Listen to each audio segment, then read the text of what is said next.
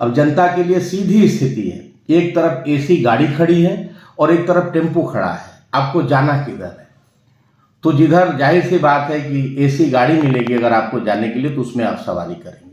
तो यही हाल नरेंद्र मोदी और भाजपा एनडीए की जो गठबंधन है वो इतना आगे है, और बाकी आप कांग्रेस और इंडिया गठबंधन को देख ही रहे हैं कि उनकी क्या स्थिति है।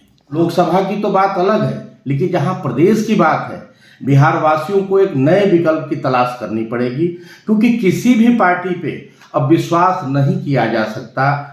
इतना बोल्ड डिसीजन मोदी जी ने अपने कार्यकाल में लिया है जितने सालों का रहा है, लेकिन फिर भी उनकी हिम्मत नहीं है कि किसी भी प्रदेश में, बिहार तो है ही उसमें से, जहां वो अपने बूते चुनाव लड़ ले। एसी कमरे में बैठ करके राजनीति तय की जाती है कि किस जाति का वोट किधर जाएगा। किसी भी नेता में साहस नहीं है कि बगैर समीकरण के चुनाव लड़ जाए, चाहे कितना भी आप काम कर लें। भारतीय जनता पार्टी जैसे राष्ट्रीय पार्टी को, जो इस समय भगवान श्री राम का मंदिर बना हुआ है, पूरे देश में जय जयकार हो रही है, इतनी हिम्मत नहीं है कि अकेले वो चुनाव लड़ सकें। ये वास्तव में बहुत शोचनीय विषय है लोकतंत्र के लिए। कोई नौजवान मोटरसाइकिल से रेस करने के लिए आगे बढ़े और किसी को आप कहें कि पैदल इसका पीछा करिए, संभव नहीं हो सकता। देश के सभी वर्ग के बच्चों के लिए एक मंच मुहैया हो, आगे बढ़ने के लिए सबके लिए एक स्थान है। कैमूर के अंदर 4 विधानसभाएं जो हैं, वहां पे कोई भी भारतीय जनता पार्टी का कार्यकर्ता इस पिछले 15 वर्षों में चुनाव नहीं लड़ा है। अपनी पार्टी को छोड़ के जीता हुआ विधायक दूसरे दल में जा सकता है तो आपके साथ वो क्या नहीं कर सकता है। वहाँ कैमूर का लोकल जो न्यूज है हमें अच्छे से मालूम पड़ती है, इसके लिए बहुत बहुत धन्यवाद वंदे भारत को, और हमारी शुभकामनाएं कि भविष्य में आप प्रदेश स्तर तक और राष्ट्रीय स्तर तक अपने इस वंदे भारत को ले जाएं, और इसका नाम भी वंदे भारत है तो ये पूरे भारत में फैले, ऐसी हमारी शुभकामनाएं। आप दिवाकर चौबे जो कि बिहार के कैमूर जिला भभुआ विधानसभा के पूर्व विधायक प्रत्याशी भी रहे हैं, और साथ ही साथ में आप एक विचारक भी हैं, और भभुआ के कैमूर जिला के कोने कोने में आपके जो विचार हैं वो देखने को मिलते हैं। दहेज प्रथा, बेटी बचाओ बेटी पढ़ाओ तक के नारे आपके कहीं दीवारों पे, पोस्टरों पे दिख जाया करते हैं, आज भी वो चीज़ें हैं। ऐसे में अभी चुनाव का समय चल रहा है, लोकसभा चुनाव को लेकर के रणभेरी बज चुकी है। लोकसभा चुनाव को आप किस नज़र से देखते हैं और इस पर आपका क्या कुछ राय है? देखिए, रणभेरी बज चुकी है और सभी पार्टियां मैदान में कूदने को तैयार हैं। केंद्र स्तर पे जहां तक कार्य की बात है तो कार्य अच्छे हुए हैं। बहुत सारे वादे जो सालों से जो स्वप्न थे वो पूर्ण हुए हैं।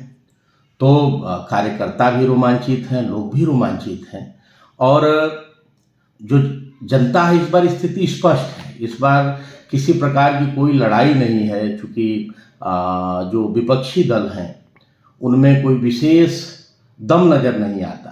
अब जनता के लिए सीधी स्थिति है, एक तरफ एसी गाड़ी खड़ी है और एक तरफ टेम्पो खड़ा है, आपको जाना किधर है?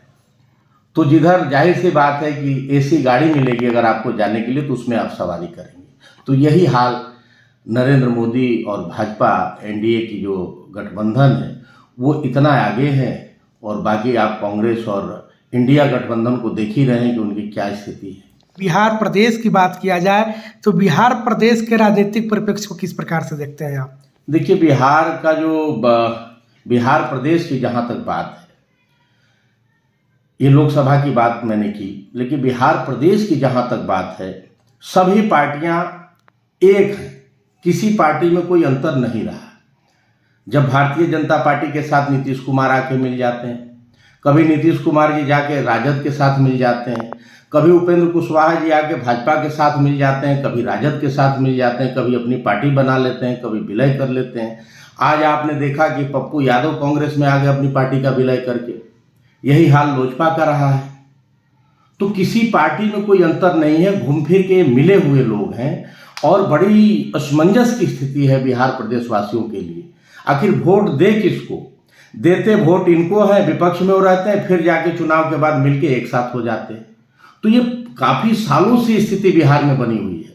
तो लोकसभा की तो बात अलग है, लेकिन जहां प्रदेश की बात है, बिहार वासियों को एक नए विकल्प की तलाश करनी पड़ेगी, क्योंकि किसी भी पार्टी पे अब विश्वास नहीं किया जा सकता। बार बार इन्होंने जनता के विश्वास के साथ धोखा दिया है, चाहे वो भाजपा हो चाहे कोई भी पार्टी हो, तो प्रदेश के स्तर पे जरूर एक नए विकल्प की तलाश बिहार की प्रबुद्ध जनता को करनी होगी, अपने बच्चों के भविष्य को देखते हुए कि क्या आगे बिहार का भविष्य हो सकता है। जी, मैं भाजपा जो है एक कहा जाए तो नेशनल पार्टी है और कहीं ना कहीं इसका नींव बहुत मजबूत है, फिर भी बिहार में इकलौता लड़ने के लिए तैयार नहीं है। आप इसको किस प्रकार से देखते हैं? देखिए, भारतीय जनता पार्टी पे कभी कॉन्फिडेंस नहीं रहा, और ये बिहार की बात नहीं है, पूरे देश में आप जान रहे हैं कि मोदी जी ने बहुत अच्छा कार्य किया है, सड़कें बनी हैं, ऐसे ऐसे वादे पूरे किए गए हैं जो कल्पना की जा सकती थी, इसमें कोई संदेह नहीं है।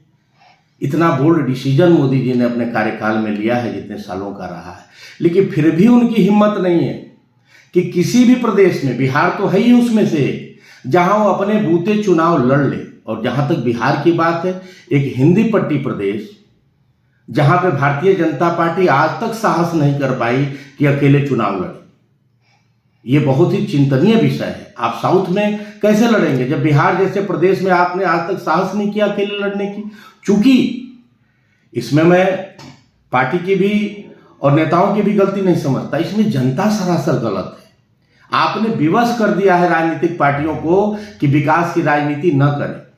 आज देखिए कि एसी कमरे में बैठ करके राजनीति तय की जाती है कि किस जाति का वोट किधर जाएगा। कुशवाहा जी को पकड़ लीजिए, कुशवाहा जी लोगों का वोट आ गया। यादव जी लोगों को पकड़ लीजिए, यादव जी लोगों का वोट आ गया। पंडित जी लोगों को पकड़ लीजिए, पंडित जी लोगों का वोट आ गया। बिन समाज के लोगों के लिए को पकड़ लीजिए, उनका वोट आ गया। मतलब एक आदमी, एक नेता, उसके पीछे पूरा समाज कैसे चल सकता है? और आप एक नेता को लेकर के कैसे समझ सकते हैं कि पूरे समाज का वोट पड़ेगा? तो आप राष्ट्र को एक कैसे कर सकते हैं? जातीयता इससे बढ़ेगा या घटेगा? आपने अभी देखा हाल ही में जातिगत जनगणना हुआ है बिहार में।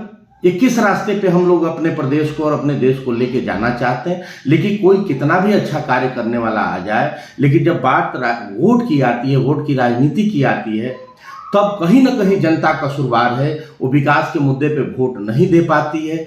इसी कारण किसी भी नेता में साहस नहीं है कि बगैर समीकरण के चुनाव लड़ जाए, चाहे कितना भी आप काम कर लें। भारतीय जनता पार्टी जैसे राष्ट्रीय पार्टी को, जो इस समय भगवान श्री राम का मंदिर बना हुआ है, पूरे देश में जय जयकार हो रही है, इतनी हिम्मत नहीं है कि अकेले वो चुनाव लड़ सकें। ये वास्तव में बहुत शोचनीय विषय है लोकतंत्र के लिए। आप एक विचारक भी हैं और आप काफ़ी समय से राजनीति में हैं। आपका क्या सुझाव होना चाहिए आने वाले लोकसभा चुनाव में सरकार के लिए? तो पढ़े लिखे प्रदेश है, वहाँ भी जातिवाद हावी है, वहाँ भी समुदाय में बटा हुआ है, कहीं क्षेत्रवाद में बटा हुआ है। तो इसके पीछे तो काम करना पड़ेगा। अगर देश को एक बनाना है, अच्छे क्वालिटी के लोग आगे आए, इसके लिए आपको एक व्यवस्था स्थापित करनी पड़ेगी। ऐसा हम नहीं कर सकते कि कोई नौजवान मोटरसाइकिल से रेस करने के लिए आगे बढ़े और किसी को आप कहें कि पैदल इसका पीछा करिए। संभव नहीं हो सकता है। ये तभी हो सकता है जब गरीब के बच्चों के लिए, अमीर के बच्चों के लिए, देश के सभी वर्ग के बच्चों के लिए एक मंच मुहैया हो। आगे बढ़ने के लिए सबके लिए एक स्थान है। ऐसी व्यवस्था हमें कायम करनी पड़ेगी।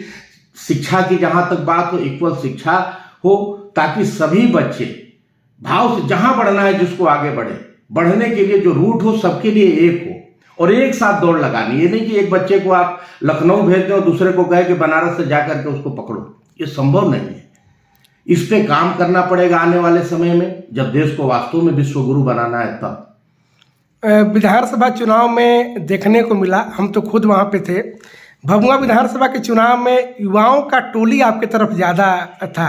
तो ऐसे में पूरे जितने हमारे दर्शक देख रहे हैं, सभी दर्शकों को, जितने युवा देख रहे हैं, उनको आप क्या कुछ कहना चाहेंगे? देखिए, आपने ठीक कहा, युवाओं की टोली तो थी, काफ़ी बहुत उत्साहजनक था। उन्होंने बड़ा हमारा उत्साहवर्धन भी किया और बहुत सारे युवाओं ने मदद भी की, लेकिन वो वोट में परिवर्तित नहीं हो पाया। देखिए, मेरा लड़ने का उद्देश्य भी यही था, हार जीत से परे था।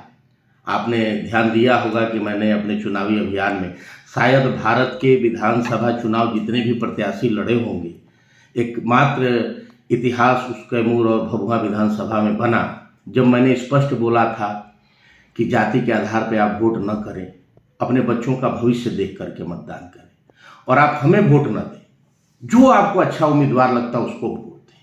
तो एक सकारात्मक पहल थी, एक पॉजिटिव माइंड के साथ हम चुनाव में उतरे थे। और मेरा चुनाव में उतरने का यही प्रमुख कारण था कि युवाओं में एक संदेश जाए कि आप हार और जीत से परे होकर के समाज अच्छे दिशा में जाए।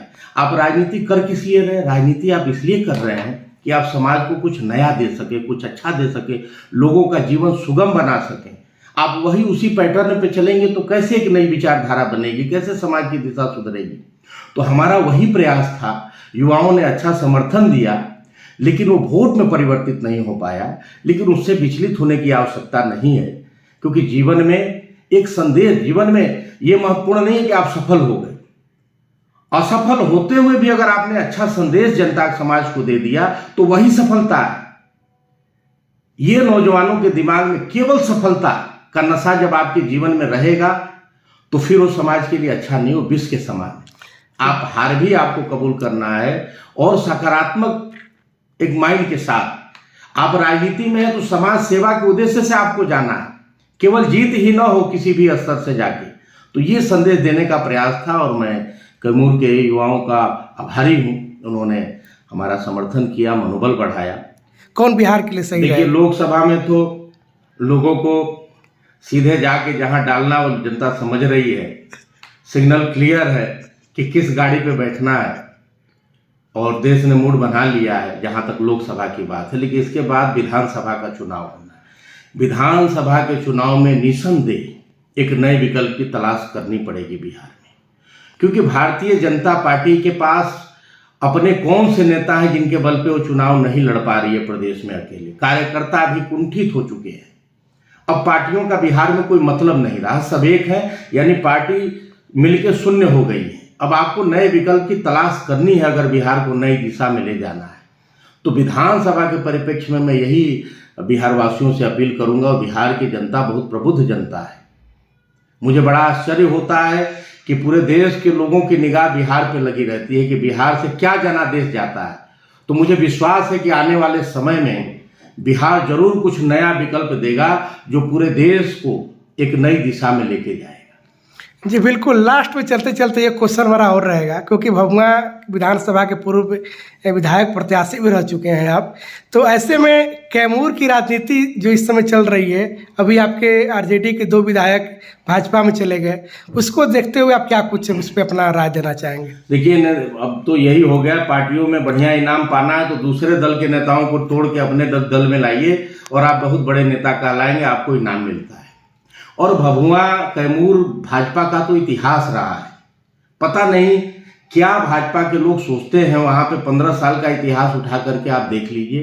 कैमूर के अंदर 4 विधानसभाएं जो हैं, वहां पे कोई भी भारतीय जनता पार्टी का कार्यकर्ता इस पिछले 15 वर्षों में चुनाव नहीं लड़ा है। कोई बहुजन से आ गया, कोई राजद से आ गया, कोई कांग्रेस से आ गया, कोई कहीं से आ गया। मतलब अपने पार्टी के कार्यकर्ता को टिकट छोड़ करके बाहरी लोग जो भी आते हैं उनका हमारे कैमूर भाजपा में स्वागत होता है, उनको टिकट दिया जाता है। ये वास्तव में बहुत ही कुंठित करने वाली स्थिति है। और देखिए, कोई भी नेता कहीं से भी आए, ये जनता को सोचना चाहिए। अभी पिछले बार आपने जिस नेता को चुनाव दूसरे दल, उसका तो ऐसे ही बहिष्कार कर देना चाहिए। जब आपने जिता के भेजा है, उसे एक संदेश दिया है कि भाई आप काम करिए, उस पार्टी के नाते आपको वोट दिए। जो अपनी पार्टी को छोड़ के जीता हुआ विधायक दूसरे दल में जा सकता है तो आपके साथ वो क्या नहीं कर सकता है, आपका विकास वो कैसे कर सकता है ऐसा लोभी आदमी। ये सोचने वाली बात है, कैमूर के लोगों को सोचना चाहिए। और जब कैमूर की जनता कितनी प्रबुद्ध है इससे आप अंदाजा लगाइए। जब बीजेपी के खिलाफ लहर थी तब 4 सीटें भाजपा को दिया गया था, और जब बीजेपी के पक्ष में लहर थी तो 4 सीटें हाथ से चली गई थी। तो बिहार प्रदेश में भी कैमूर की जनता बहुत बुद्धिजीवी है, लेकिन पता नहीं क्यों दल के नेताओं को ये बात समझ में नहीं आती है। अब आगे भविष्य देखिए। जी, अपना कीमती समय देने के लिए आपका बहुत बहुत आभार। बहुत बहुत धन्यवाद दिलीप। वंदे भारत समाचार को क्या कुछ कहना चाहेंगे? वंदे भारत समाचार को हमारी शुभकामनाएं हैं। वंदे भारत समाचार और उसके संवाददाता जो हर जगह फैले हुए हैं, इतने कम संसाधन में पूरे कैमूर ही नहीं, अब धीरे धीरे आप बिहार के स्तर तक जा रहे हैं।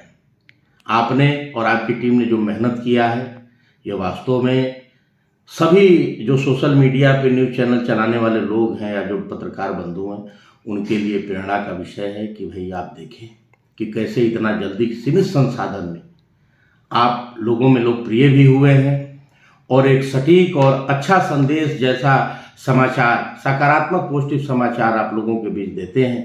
और हम भी बाहर भी रहते हैं तो बंदे समाचार के कारण भभुआ कैमूर का लोकल जो न्यूज़ है हमें अच्छे से मालूम पड़ती है। इसके लिए बहुत बहुत धन्यवाद वंदे भारत को, और हमारी शुभकामनाएं कि भविष्य में आप प्रदेश स्तर तक और राष्ट्रीय स्तर तक अपने इस वंदे भारत को ले जाएं, और इसका नाम भी वंदे भारत है तो ये पूरे भारत में फैले, ऐसी हमारी शुभकामनाएं। चलिए, बहुत बहुत आभार आपका।